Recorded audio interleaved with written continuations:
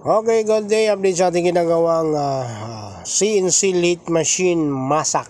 Ayan po kalas na lahat ng kanyang pyesa. So ayan, pwede na natin ito linisan. Kaya pala hindi ko ito mahugot kanina kasi nakatornilyo pala itong kanyang worm gear. So ito naman yung kanyang spindle. Palitan din yan ng o-ring. So ayan, hydraulic CNC turret machine. So ito ang trabaho nito.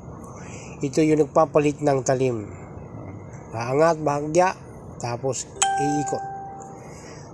Tawagin nila ito yung reverse. Ayan, nakatornilyo. So dito talaga mahalaga yung sinasabi ng mga senior natin na huwag maging agresibo para matanggal mangganis na tanso. So ayan, huwag maging agresibo, pag-aralan, mabaklas ng maayos para hindi dumami ang sira. Ayan.